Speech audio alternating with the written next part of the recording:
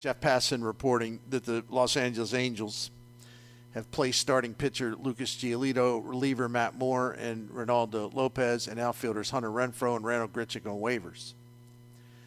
Now, it's a straight-up salary dump. It's not a trade. Like, starting Thursday, beginning Thursday, all teams can put in a claim for free.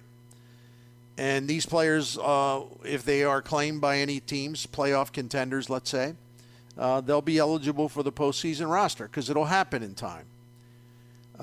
They'll be able to add them to the roster before you have to freeze the roster for the postseason. So it's a straight-up salary dump. As Jeff Passan pointed out, because there's no longer any trades. You can't trade any of these guys. All they're going to get is salary relief. And the teams that claim the players will need only pay their salaries for the rest of the season. So maybe Jeff Passan seems to think that, and it goes in the order where the team with the worst record puts in a claim on a player will receive him. And there are going to be plenty of claims. You're going to see a lot of action, playoff contending teams trying to get in there to get one of these guys. So I think that's interesting. And maybe the Angels, by dumping salary, can be in a better place with their salary cap. Or it's not that salary cap, but in terms of luxury tax, payroll. And keep in mind, I think all of these guys, but the ones that would matter to Cardinals fans, for example, Giolito for sure, nothing changes in terms of, he can be a free agent at the end of the year. I mean, that's why the White Sox traded him. I think same with Lopez. And I think Renfroe as well. I don't know about Grichuk, but if somebody said, well, you think the Cardinals would be interested in claiming him? The Cardinals are sitting down there 26th overall in a winning percentage, so they would be in position, but I'm not sure why they would unless they're still operating on this outdated premise. Well, if we get him here and, show him how much, how great it is to play in St. Louis, and then maybe we can talk, maybe that'll help us if we pursue him in free agency. Number one, Lucas Giolito's close friend is Jack Flaherty, so he doesn't need to come to St. Louis and sit in the dugout and pitch once every fifth day. He can get a comprehensive scouting report from Jack. That's number one. Number two, that stuff doesn't work anymore. Okay, the 90s are over, right? I'm sorry, the 90s are over. The early aughts are over. The days where McGuire would get traded here, he'd fall in love, he'd swoon, he'd fall down and he'd pass out, go to the fainting couch, tell his agent, I'm in baseball heaven. I'll make a deal right now, Same with Jimmy Edmonds, right? Yes. He showed up, and I'm exaggerating, and man, what a great trade that was, and loved Jim Edmonds. Gosh, what a player. He was here I'm exaggerating. He was here 7 minutes. Calling his agent, make a deal. So there was a long time people thought there's anybody you could trade for if they were about to go into free agency. Well, you just get him here and it's baseball heaven. Right? By the way, right now, I don't think it is baseball heaven. Listen, it's a great, great baseball town. I'm not putting anybody down. But I'm saying because the team's so bad and they're awful at home, and the baseball is really uninspiring, and that's reflected by the environment at Busch Stadium. I mean, you're not seeing the way things really, really, really are when baseball in St. Louis is good, when you got a competitive team, you got a winning team, you got a postseason team. That does not apply right now. So I don't know that. Listen, I don't think Cardinals have any interest in this stuff, but I'm pretty sure on the internets we got 20,000 tweets about we ought to bring Grichuk back home. O'Neill sucks. Carlson sucks. I know what's happening. That's why I'm laughing. I know, right? Yes. So I think that's interesting. Now, two more serious stories, if I may. We didn't talk about this the other day, but the thing at White Sox ballpark over the weekend was certainly scary, where I saw two different reports. Either 2 or 3 people were struck by bullets. Nobody died, fortunately. And at first, the operational theory was that the shots came from outside the ballpark firing in. And then the Chicago police are investigation, also working with the White Sox people, is that no, the shots actually happened inside the ballpark. Now, the thing it's just so weird. And here's the scary thing. And I'm not an alarmist. I'm just saying this is a scary thing because, I'll acknowledge something right here. For years and years and years and years and years and years and years and years and years, when I was in the press box at Busch Stadium or anywhere else, any venue there is in sports, you spend when you're doing this full time and you're traveling all the time and you're covering all the sports, all the seasons. I'm talking about locally, as I was for the Post-Dispatch STL today, as a columnist from 1989 through 2015, through about half of 2015 anyway. And so, stuff happens in the world, and you see more and more of really, really bad stuff happening. And I've always been a little paranoid, not to the point where it affected my behavior. I stopped going to games. But just like, what a miracle it's been that nothing's really, really unthinkable, unspeakable has happened. Because stadiums that seem to me are really, really vulnerable. And I'm not saying anything that anybody else has thought about. I think it's a pretty common thought. So what happened is the shooting at Guaranteed Rate Field was an accidental discharge by one of the women. In fact, one of the women who was grazed by the bullet. And this is almost laughable, but we can laugh, but we'll get to the more serious part in a moment. She reportedly snuck the gun in past metal detectors by hiding it in the folds of her belly fat. So let's all, do the obligatory, you got to be kidding me. That's crazy. Ha, ha, ha. Yeah, you're missing the point. She got a gun in there. And it brought back some old feelings of mine, like, man, let me get out of here and into my car and home, Yep. So that raises some concerns all anew. And people say, oh, calm down. No, I'm not going to calm down. You just wonder how many weapons get snuck into ballparks.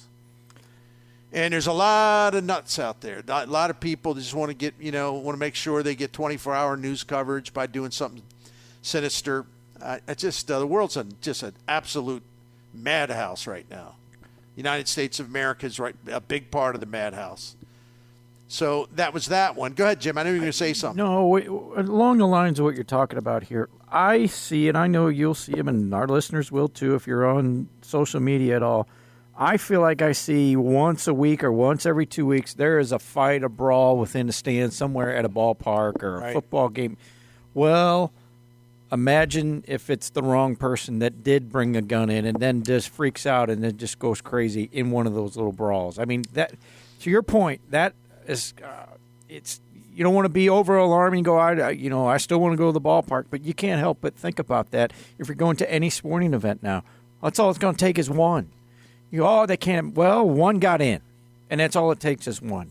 If it was the wrong person that got a hold of that and got in a melee, or let's just say, and it's all hypothetical, but this could be reality, that person does get a gun in, and that person points it, but that person doesn't discharge it because he gets the gun taken away from another nut who then decides to take that gun. I mean, those are all real possibilities when things like this happen. You can't help but not think about it. I know you don't want to, throw up an alarm and don't go, but there is reality. And I think I will say, much like you, been in a lot of events, and I went, wow, I hope we don't get too many nuts get in this place today, because all it takes is one.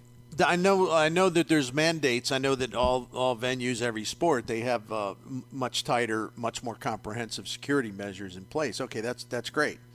And I'm sure most of the sports venues in North America do a really diligent, conscientious job of, really, really, really being aware and alert and kind of just have an eye out all the time where they're going to be able to maybe sniff something out. But not all security systems are created equal. It's just like any other business. I'm sure at some place, and I can't like sit here and tell you where, but I'm sure that let's just say Major League Baseball, because this is what we were talking about, White Sox Park. I'm sure that some of the venues around Major League Baseball are much more secure and safer and diligent about security than others. And so you never really know. And then I tell you what, the part two of this, and I'm sure because it went viral, what happened in Colorado last night freaked me out. Not because it was any threat to a fan, but you had two guys making a run at Ronald Acuna Jr. The one guy who's a big guy just looked like he wanted to hug him, and he did hug him. But then the second guy's kind of trailing, and the second guy seemed I don't care what he may have said the day after. Oh, I was just going out there to tell him I love it. The second guy, I wasn't so sure in real time that the second guy didn't have bad intentions. The first guy, you could tell he was an idiot, but it really did look like he was trying to, put Acuna in a bear hug. It was way overboard. Don't get me wrong. But then the second loon, gets involved, and it's a big guy. And the next thing you know, the security's in there. There's 3 security guys, and they're trying to pull the first guy off of Acuna, and Acuna's kind of spinning around. And then the second guy, there's another little bit of a, congregation, let's say, between security and the second guy. And so Acuna, as he's trying to pull out of there, he winds up falling. He gets tripped and he falls, and he's about as vulnerable as could be. And at that point, it was to something you mentioned earlier, just a minute ago. At that point, everybody's all outraged, and, every tempers are flaring because security's tackling people as he should. And so everyone's like, it's pretty volatile. And so I'm like, well, wait a minute. This may have started out as something really, really stupid. But in terms of causing harm to an athlete, something that in the grand scheme of things is kind of harmless. But just the fact that it happened, and it was so easy for them to get on the field. And, oh, by the way, then there was a third guy that rushed in. And now I don't know if the third guy had anything to do with the first 2 guys. In fact, I didn't read the stories about it today. I don't know if the first guy and the second guy had anything to do with each other. It's just like, you do see this at ballparks. You see some idiotic drunk, running out on the field to get tackled, and everyone in the stands is going nuts. You can find these videos everywhere. They're cheering them on. They love it. Then some other drunken fool gets the idea, well, I'm gonna do that too, Yep. And they just mimic the behavior because, first of all, their mom and daddy didn't raise them right. Number 2, they probably got brain damage. And number 3, they go to the ballpark and get blotto.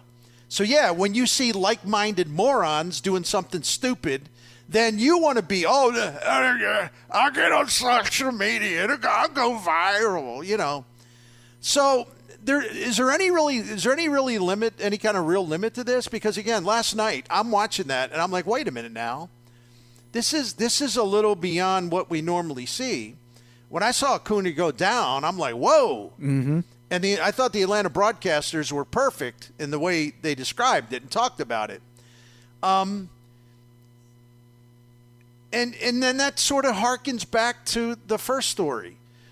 Well, if someone in Chicago can get a weapon in to the ballpark, if you've got some lunatic who wants to go, quote, hug Ronald Acuna Jr., but he's also happens to be carrying because he got through security, what kind of god-awful thing could happen is what I'm trying to say. And I don't know what the answers are. You want fans? You're going to put 30, 40,000 people in a ballpark, and you're going to trust your security to screen everybody 100% to perfection?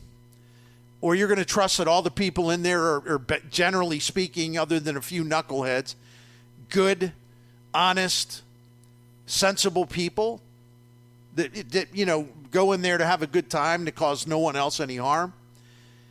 You'd like to think that that's true, just like you'd like to think that all security at sports venues are airtight. But given all the things that have happened, And, I'm not going to get into timelines, and I'm not going to start talking about that because people get paranoid. Hey, Miklasz, you ain't going to take away my guns. No one wants to take away your guns. I'm just talking about a long sequence of events that have resulted in a tragedy.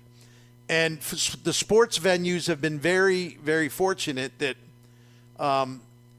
they have been largely off limits. But I know that the guy in Las Vegas, who was at Mandalay Bay and opened fire on a crowd at a concert, remember that? Yes, I do. Yep. He, like the forensic examination of all his computers and everything else, he was looking at sports venues. In fact, he spent a lot of time online studying Fenway Park. So that's exactly what I'm talking about. So before some of you, thank you, say, well, Bernie, I think you're just getting you're overreacting. No, I'm not. Because this has always been on my mind as someone who's spent so much of my life in press boxes in every sport. And you just see all the nuts out there. Listen, 95% of fans are great people, don't get me wrong. But there's always nuts among you. And we've reached a point in our culture where you never can assume anything about people that look a little wacky, or if anything, maybe people that don't look like anything at all. They're just existing. You don't know what's going on. It's just, I hate the fact we even have to think about the stuff like that in these terms. But I'd be less than honest if I'm going to sit here and say, oh, I never have worried about that. I don't know, man. You're right. You never know is the term we're using. I got a text here from a texter who says, I worked at Arrowhead the last 2 seasons as an usher for KC Chiefs games. My first game ever, a fan tried knocking the CBS cameraman off a 20-foot ledge. I saved his life by tackling this guy. This guy was 6'5" and about 300 pounds. I tackled him to the ground before he could knock the cameraman about 20 feet below. I mean, you just never know. First of all, take. Great job there by reacting so quickly and forcibly. Great job. That's the thing. And to the credit, to the massive credit of people that work in stadium security or who are ushers or whatever the title may be, people that are in any way remotely involved or intimately involved in crowd control. I can only imagine, and I say this with gratitude, how many times these people kind of thrown themselves in the middle of something and intervened to prevent something.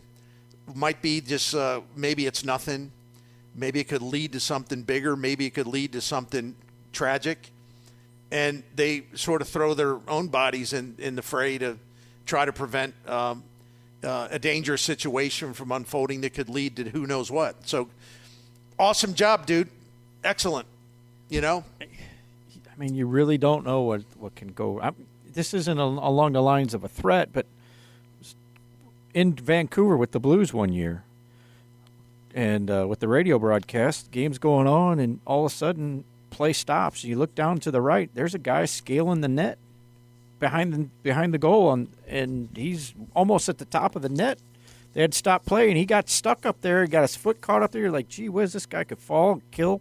He could, kill himself if he fell off. I mean, you just never know what's going to happen. I know we're talking about guns, but just anybody can act goofy and go off the handle. Or, again, back to the fights. I see them, Bernie, almost every other week. And these aren't just little skirmishes. These are knockdown, drag-out, violent fisticuff fights that we're seeing in the stands. It's crazy. It really is right now.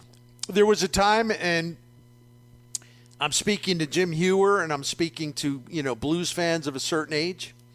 When I first moved to St. Louis, and very grateful that I moved to St. Louis, and it changed my life for the better, and always will be grateful to St. Louis for that, for taking me in. But one of the first things I did when I moved to St. Louis, it was like the first Saturday night I was here. The Blues were at home, and I went and bought a ticket and sat right by the glass because I used to listen to Dan Kelly on KMOX, which came in beautifully well on the Eastern Seaboard where I lived, between Baltimore and Washington, at my parents' house. And I'm like, man, the arena sounds awesome. I mean, I got to see a game there. So I went and loved it. And then, when I'm working as a sports writer, I got used to the Saturday night brawls, usually with the Blackhawks fans and the Blues fans. Oh, yeah. And the thing of it is, it was a more innocent time in America, Yeah. And by that, it was actually, listen, man, there's nothing funny about if somebody gets hurt in those things, somebody, cracks their head open or somebody slips. And, there's always stuff that can happen in fist fights and pileups that are like, wow, man, that's a damn shame. But it also was, I know this sounds nuts. It seemed relatively harmless. I mean, because it happened all the time. And people may have gotten hurt, and I'm not saying, well, that's okay to get hurt. But my point is, you never had to worry about it escalating into something that no one, including security, could control. You knew that everybody would tire themselves out. You'd have guys just going nuts down there, throwing each other around, people trying to jump into a pile. And you'd see the St. Louis finest. The cops down there were great. They're getting in the middle of it, breaking things up. And I'll be honest with you, maybe some people think I'm an idiot for saying this. It was really entertaining to watch it. But you could watch it and be entertained because it was comedy in a way, because you knew that nothing truly sinister or tragic was going to happen. It had a limit to it. And I'm not saying bloodshed's cool, and especially if somebody's got to go to the hospital. I'm not saying that's cool. I'm just saying there was always going to be guardrails there where it would just to prevent it from turning into something that would be on the national news the next day is what I'm trying to say. But now I'm not so sure. To your point, I'm not so sure. If somebody can sneak something in and you see these big pileups, you never know what's going to come out of that. And so it is a different time and place. There's no doubt about it. It was a lot more innocent then. Yes, innocent even when grown-ass men were trying to punch each other's lights out in a hockey arena. And I ain't even talking about on the ice. Right. The fights in the stands were even better. Dare I say that? Well, Bernie, you're setting a bad example for my son. He's listening to this. I'm just telling you what I saw. Growing up as a young sport writer in St. Louis, I'm just telling you what I witnessed. It happened, and we started with the incident in Chicago, and I didn't think of this but till just now. There was an incident at a high school football game over the weekend, and it wasn't here, but it was somewhere in the country. And I don't remember where, but there was a video, and all of a sudden, there was gunshots, and people were just taking off. I mean, the field just got, everybody just took off. And it's like, it can happen at any event. It does get scary.